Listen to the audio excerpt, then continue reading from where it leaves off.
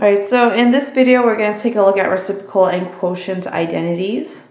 In particular, we're going to look at trigonomic identities in general. So these are rules that we can use to prove whether or not a mathematical trig statement is true. So these are the basis of those rules. These are rules that you've seen before. So this you need to memorize because it'll make everything a lot easier for you to prove other identities later on. So let's go through an example to make sense of what I mean by proving identities. So we're given this statement right here, and we want to prove that it's true. So in order to prove that's true, I need to show that the left-hand side is equal to the right-hand side.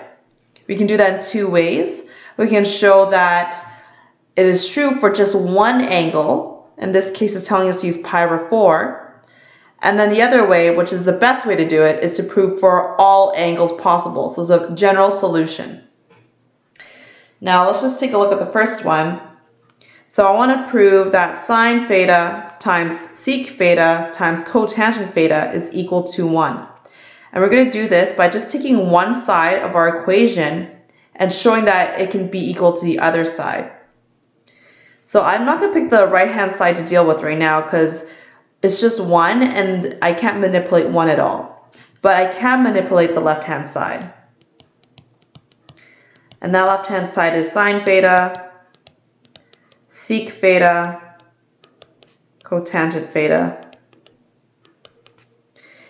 And it tells me to verify the identity for when theta is equal to pi over 4. So I'm going to plug pi over 4 in for theta.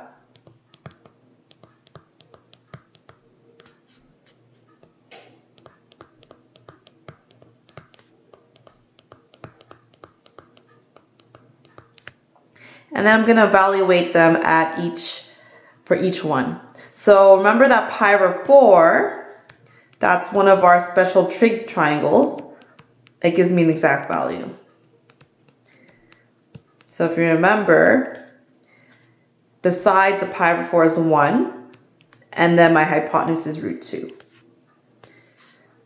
Sine of pi over 4, that's opposite over hypotenuse, that's 1 over root 2. Secant of pi over 4 is root 2 over 1. And then cotangent of pi over 4 will be 1 over 1. Our root 2's cancel out there, and then we're just left with a 1. And that's exactly what I wanted for my right-hand side. So I just proved that the left-hand side is equal to the right-hand side, and then I'm done. I verified that identity at pi over 4. So that's great, that's for pi over 4, but I want to prove it for any angle, not just pi over 4. So to do that, it's a more general sort of solution, but I start off the same way. So I'm going to deal with the left-hand side because that's the only side I can manipulate right now. And then from there, I'm going to play around with the identities that I know from the chart above. Well, sine theta, I don't think I want to manipulate that. Usually with sine, cos, and tan, we don't necessarily manipulate them too much, maybe for tan. But whenever you see sine, you probably will just want to leave it alone. For secant, if you look at the identity from above, secant is 1 over cos, right here.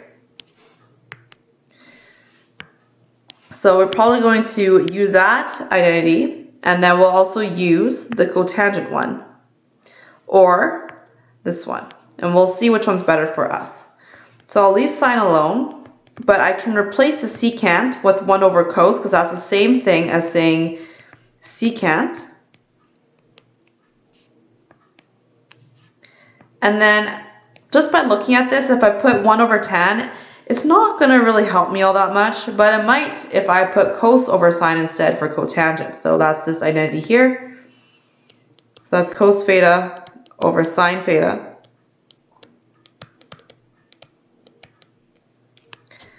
And then now, if you just take a look at this, well, I can cancel some things out.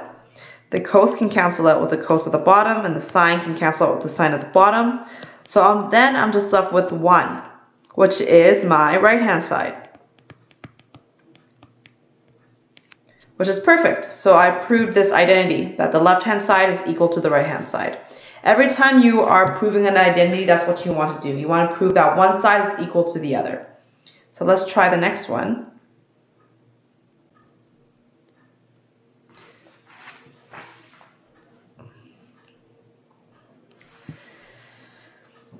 So in part 1, we want to verify it for pi over 4.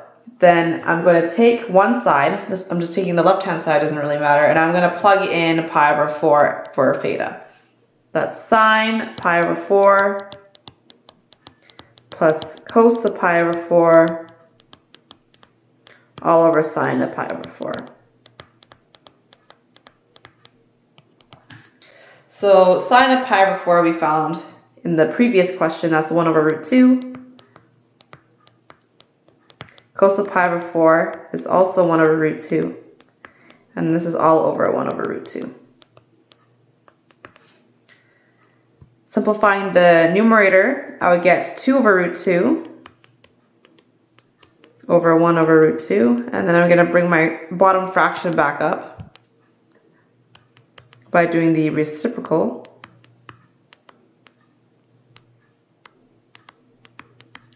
Those root 2's cancel out, and then I'm just left with 2.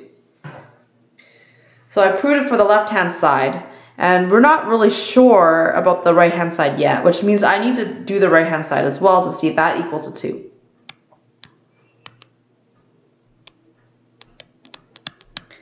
So the right-hand side would be 1 plus cotangent of pi over 4.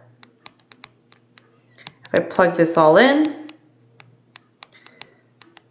if I find cotangent of pi over 4, that is just 1 over 1, as what we found in the previous question. That means I have 1 plus 1, which is 2. And look, the right-hand side is equal to the right-hand side.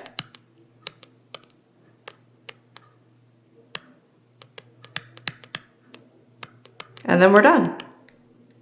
That is for the first part, and I realized I didn't give you enough room maybe to complete the second part, but I'm going to answer that right here. So we're going to start with the complex side first and then simplify. Our complex side would probably be the one with the fractions, so let's do the left hand. You have sine theta plus cos theta at the top, all over sine theta. So this is a fraction with a common denominator of sine, so that means I can separate my fraction, separate the numerator at least. So this will be sine over sine plus cos over sine.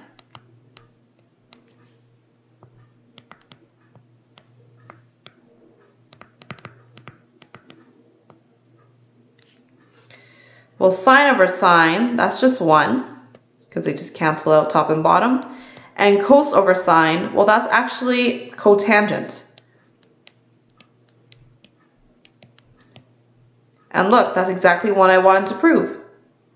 That my left-hand side is equal to my right-hand side.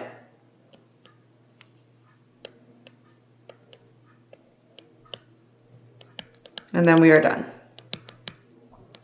The little box just means that we've completed the proof.